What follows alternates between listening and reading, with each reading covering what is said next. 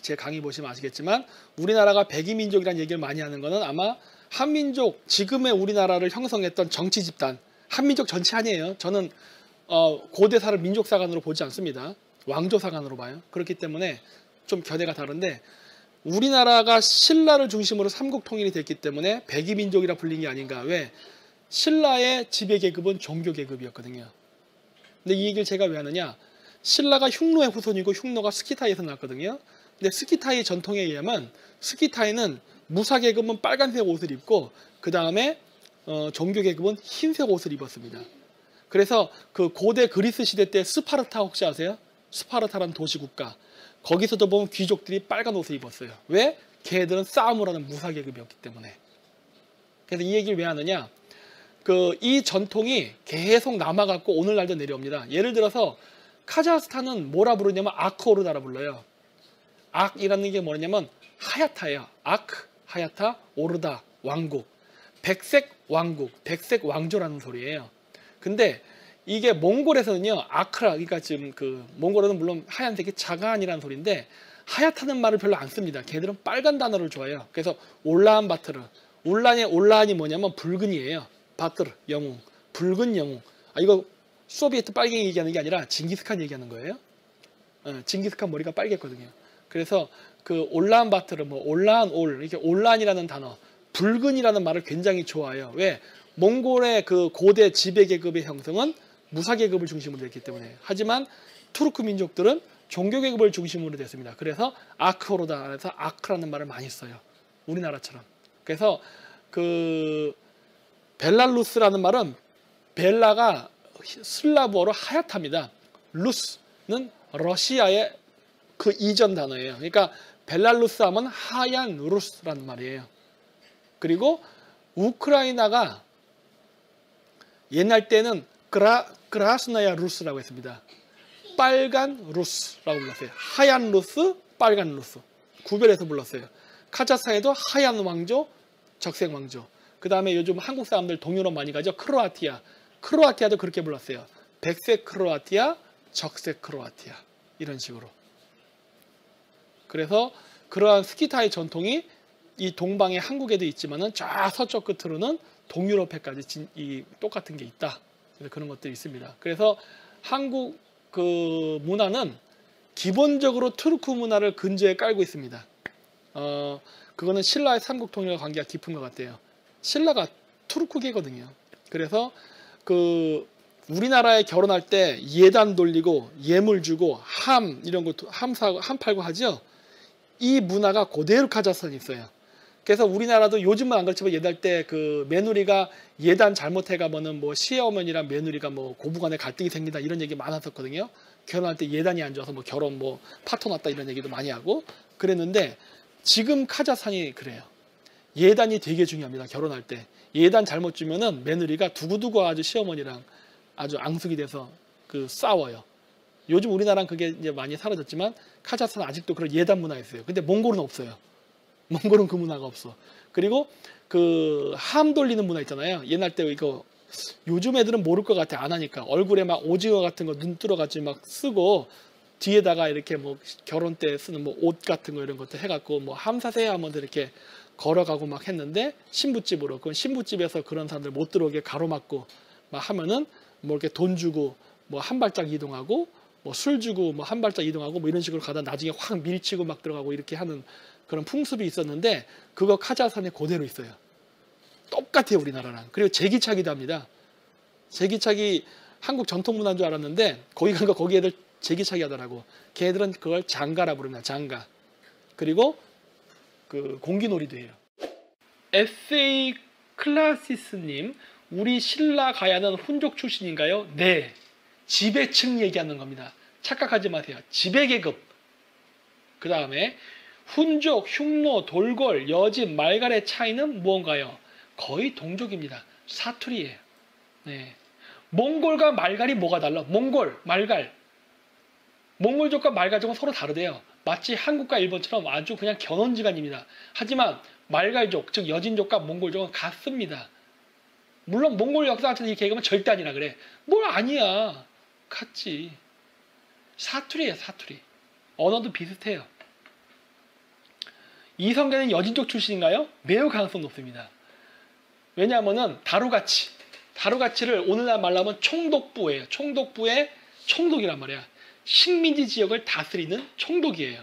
그런데 몽골 정책은 이 다민족 국가였기 때문에 그 자기가 점령 지역의 총독, 즉 다루가치를 보낼 때에는 그 다루가치를 그 현지 지역 사람을 뽑지 않았습니다.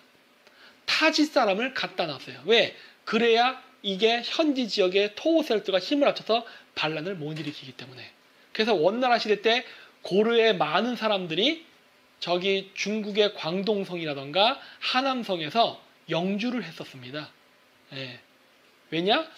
그래야 그쪽 하남성이나 광동성 사람들이 반란을 못 일으키니까. 그게 원래 그런 통치 방식이었어요. 그래서 이성계의 조상이 쌍성 총간부, 고려 북쪽 땅의 그 다루가치 집안 출신 아닙니까? 그렇다면 그 사람은 절대 고려인일 수가 없어요.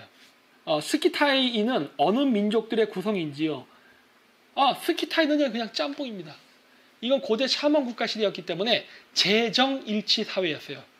고조선도 스키타인이에요.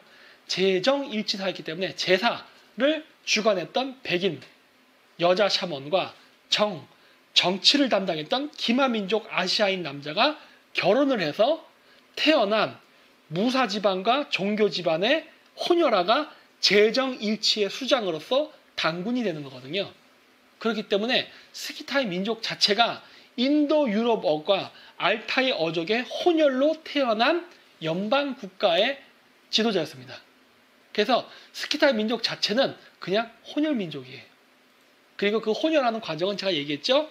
좋은 날을 받아서 제천 행사를 하고 집단 섹스를 통해서 태어난 아이들을 따로 육성시켜서 선발 작업을 통해서 지도자를 선정했다. 그렇게 했었습니다.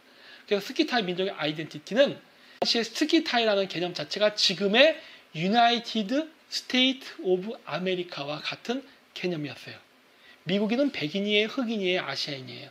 여러분들이 머릿속에 떠올릴 때. 물론 여러분들은 백인을 떠올립니다. 하지만 미군에는 히스패닉도 있고 흑인도 있고 아시아인도 있어요. 근데 다 아메리칸이에요. 그렇죠? 미국인은 정체성이 뭐예요? 라고 질문할 거예요. 이 얘기를 제가 왜 하냐면은 제가 예전에 그 유튜브에 보면은 콜로키움이라고 해서 증산도에 가서 강연한 거 있죠? 그거 할 때 그쪽 사람들이 저한테 질문했던 게 그거예요. 그래서 고대에는 원래 그런 식으로 했었습니다. 고대에는. 그렇기 때문에 그래서 제가 자꾸 얘기하는 거예요. 대국적 관점을 가르쳐라. 대국적 관점. 네? 그래서 제가 얘기하지 않습니까? 저는 혼혈에 대해서 찬성한다. 다문화 찬성한다. 단 지금 좌파들이라는 저런 방식의 다문화 방식이 아니다. 제가 얘기하고 추구하는 다문화 방식은 미국 방식이다. 네. 미국식 방식이 우리나라 들어야 된다. 앞으로 4차 산업이 일어나면서 저출산 고령화 사회가 되면서 이렇게 해서 앞으로 세계 인구가 감소해 갈 텐데 이 감소하는 인구 속에서도 우리 한민족이라고 하면 좀 애매하고 대한민국의 국민이 지금의 인구와 경제 규모를 지키려면은 인구를 유지시켜야 되는데 유지시키는 방법이 없어요. 저출산 고령화라고 하니까. 그래서 외부 유입의 인구가 필요합니다. 어쩔 수 없이. 그래서 제가 그걸 어떻게 연결시키려는 거예요. 바로 우리가 앞으로 진출하게 되는 만주 이 실크로드 길을 지나가는 나라의 국민들을 받아들여서 그 사람들을 한국인화 시켜야 된다예요.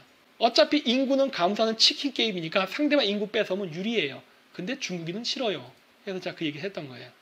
그러면서 그러한 사람들이 우리나라에 섞여 있게 됨으로써 우리 한민족의 미래 세대의 세대들은 역사적, 혈연적 연고까지 저 지역까지 갖게 되는 거거든.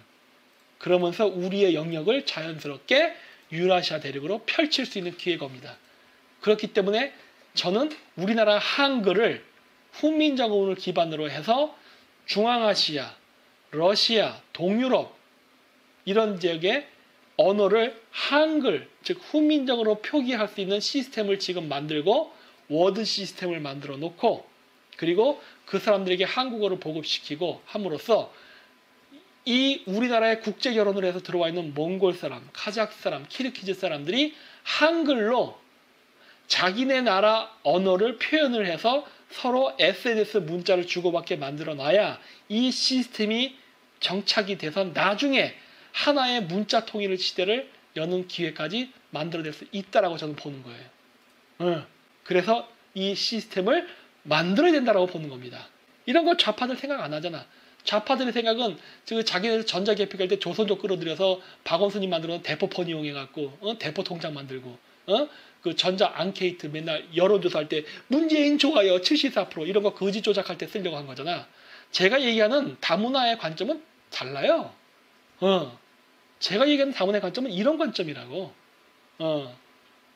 그렇기 때문에 이런 것들을 현실화시켜야 된다고 저는 생각합니다. 집단 뽀구리님, 요 나라는 우리 유목민족이 통치한 나라인가요? 요 나라는 거란족이라 하지 않습니까? 기탄의 다른 발음이 기련입니다. 기련산에서 기련산이랑 요 나라 거란족 관련이 있잖아요. 그 기련은 바로 키렌과 관련이 있는 단어예요. 그래서 거란족과 한민족은 친척지간입니다. 그게 카자흐스탄 몽골 족보에도 나와요. 나이만 부족이 있고 나이만 부족으로부터 기탄. 여기서 기탄이라는 것은 거란족입니다. 지금 오늘날 러시아인들이 중국인들을 기타이츠라고 해서 거란이라 부르지만 그거 절대 한족 아니에요. 그거 거란족이에요. 그러니까 거란, 기탄이 있고 거기 캐리에이랑 연결돼 있어요. 그래서 우리 같은 형제민족이에요. 아마 고대는 언어도 같았을 겁니다. 그랬고 드래곤채님 오늘도 많이 배웁니다. 감사합니다. 네 고맙습니다. 그래서 저는 여러분들이 기존에 갖고 있었던 음모론적 시각하고 상당히 달라요. 네, 저도 다 봤어요. 안 본 게 없어. 음모론이나 음모책 다 봤어요. 그리고 제가 원래 음모론 좋아합니다. 제 유튜브 그런 거 한때는 진짜 즐겨찾기에 그 음모론 관련된 것만 엄청나게 모아놓고서 맨날 밤새서 그것만 쳐다봤어요. 9.11 테러 이런 것들, 알카에다가 얼마나 나쁜 짓을 많이 했는가, 빌라덴이 얼마나 진짜 개새끼인가 이런 것도 엄청나게 많이 봤죠. 다 봤어. 근데 나는 그런 것들을 보면서 또 한 가지를 생각하는 게 무엇이다? 그래서 그게 우리나라 국익에 어떻게 도움이 된다고 생각하는 거예요. 왜? 역사라는 게 뭡니까? 어떤 사실은 존재하지만 그 사실을 해석하는 것은 우리의 목 아닙니까? 그렇죠? 그리고 역사는 승자의 기록이라고 했잖아요. 그렇다면 뭐다? 우리가 승자로서 이 세계를 현재 진행형으로 살려면 역사란 건 과거의 기록이니까 지금 현재로부터 미래를 승자로서 존재하면서 우리의 역사를 승자의 기록으로 남기려면은 중요한 건 뭐다? 지금 우리가 어떻게 해석하고 어떻게 처신하냐입니다. 그렇죠? 어차피 5,000년 동안 그래 왔어요. 전 세계 역사는 늘 그래 왔다고. 역사는 승자의 기록 아닙니까? 지금도 변하는 거 없지요? 그렇다면 어떻게 해야 되는 거야? 답 다 나와 있잖아. 그래서 내가 그런 거야. 그래서 뭐 하는 거야? 그래서 내가 항상 이런 얘기 하는 거예요. 유료 강의를 무료로 받다고요? 돈 내세요.